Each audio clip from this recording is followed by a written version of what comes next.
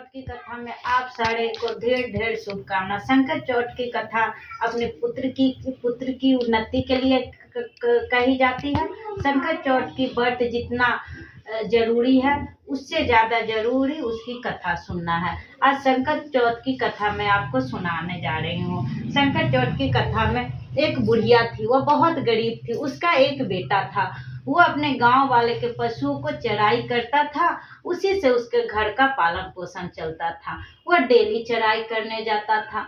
एक दिन जब चराई करने जा रहा था तो रास्ते में उसको चाची ताई मिली तो उस लड़का से बोली कि बाबू तुम डेली चराई करने जाते हो और डेली तुम्हारी माँ यहाँ अच्छा अच्छा पकवान बना के खाती है।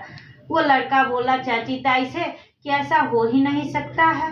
तब वो चाची ताई बोली कि आज तुम सवेरे जाके देखना। लड़का सोचा कि ठीक है, जाके देखने में हर्ज ही क्या है। वह गया तो उस दिन माँ उसकी ये तिलकुट बना रही थी और कढ़ाई में तिल भून रही थी।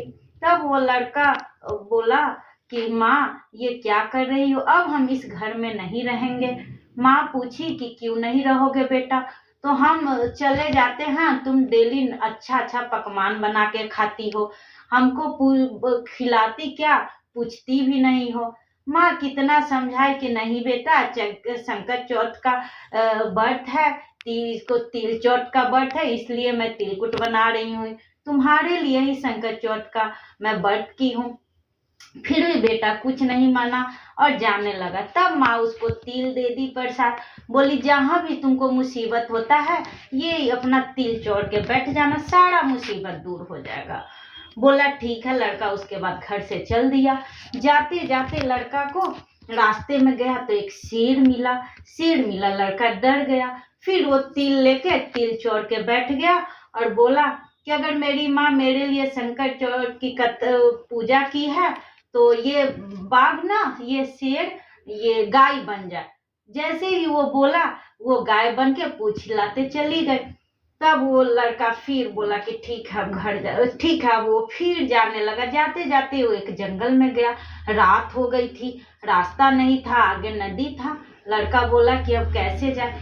फिर वो तिल चौर के बैठ गया और बोला कि अगर माँ ये वाला मेरे लिए संकट चौथ की कथा कहते पूजा की है तो ये मुझे कुछ रास्ता निकले। नदी बीच से फट गया और रास्ता निकल गया। फिर वो लड़का चला गया। जाते जाते बहुत दूर गया तो एक गांव में गया तो लड़का एक बूढ़ी माँ थी, वह पूरे बना रही थी और रो भी रही थी। लड़का बोला कि खुशी है तो आप पूरे बना रही है, और दुख क्या है जो आप रो रही हैं। तब बूढ़ी बोली कि इस गांव में अलवा लगता है, गांव में हर 6 महीने पे आवा लगता है।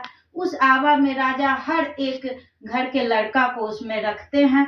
इस बार मेरी बेटा का बारी है, इसलिए मैं रो रही हूँ और पूरे बना के खिला देती हूँ जो मन में संतुष्टि हो। वो लड़का बोला कि कोई बात नहीं है, आप रोइए मत, सारा पूरे हमें दे दीजिए आप, और मैं आबा में बैठ जाऊंगा। बुढ़िया बोली कि नहीं, कोई पूरे खा के आबा में बैठे तो नहीं, हम बैठेंगे। वो लड़का पूरे खा लिया और फिर बुढ़िया वो सब जाके सो गया। उसके बाद राजा ने अपने सैनिकों को भेज दिया। अब सैनिक जब आया तो बुढ़िया कभी चिमटा बजाती थी, कभी बर्तन बजाती थी कि दूसरे के बेटा को हम कैसे उठाएं। फिर तब तक वो लड़का आ गया, बुढ़िया का बेटा। वो लड़का बोला कि अब हम सैनिक के साथ जाते हैं। सैनिक ले गया, उसको आबा में बैठा दिया। अब 3 दिन जब हुआ तो उसके बगल में ही एक लड़का गिल्ली डंडा खेलता था। गिल्ली जाके आवा फूट गया। आवा फूटा, उसमें से आवाज आने लगा, हम हैं। फिर सब बोला कि आवा से कोई कैसे बोल सकता है, कोई पुतला है, भूत पिचास है। फिर राजा आए, राजा वहां देखे तो उसको निकाले, बोला ना मैं पुतला हूँ न भूत पिचास हूँ, मेरी माँ संकट चौथ की व्रत की कथा कहते मेरे लिए पूजा करती थी, इसीलिए वो तिल दी है कि जब भी कोई संकट में हो तो तुम तिल चोर के बैठ जाना, सब संकट माँ सब दुख तुम्हारा दूर करेंगे।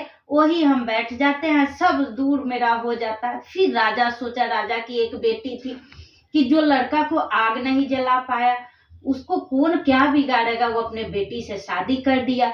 जब बेटी से शादी कर दिया, सब अपने घर में खुशी खुशी रहने लगे। एक दिन रात को वो लड़का और उसकी बेटी दूल्हा दुल्हन अपना घूम रहे थे छत पे। लड़का बोला कि देखो मेरे गांव में बादल है। तब वो बोला कि लड़की बोली कि क्या आपका भी गांव है? तो हाँ मेरा भी गांव है। तो बोला कि हम यहाँ क्यों हैं, अपने घर चलिए। तो ठीक है, तुम अपने पापा से बात करो। तब वो लड़की अपने पापा से बात की। वो राजा सोचा घर जमाई से अच्छा लाख जमाई, दूर ही रहे अच्छा रहे। तब वो खूब हीरा जवरात, खूब धन दौलत सैनिक दे दिया और वो अपने गांव को चला गया। गांव से कुछ दूर था तो एक सैनिक को भेजा और वो बोला कि जाके मेरी माँ को बोल दो कि तुम्हारे बेटा आया है। उसकी माँ तब तक अंधी हो गई थी। उसकी माँ बोली कि मेरे बेटा कब निकला, सी खा गया, बा खा गया कि जंगल में क्या हो गया, मेरा बेटा नहीं है। सब बोला नहीं नहीं तुम्हारा ही बेटा है। तब वो बोली कि ठीक है, अगर वो मेरा बेटा होगा तो मेरे छाती से दूध फेंकेगा। जैसी उसका बेटा आया, उसके छाती से दूध फेंका। पूरा गांव में हल्ला हो गया कि वो बुढ़िया के बेटा आ गया है। और बेटा पुतो बुढ़िया खुशी खुशी रहने लगी।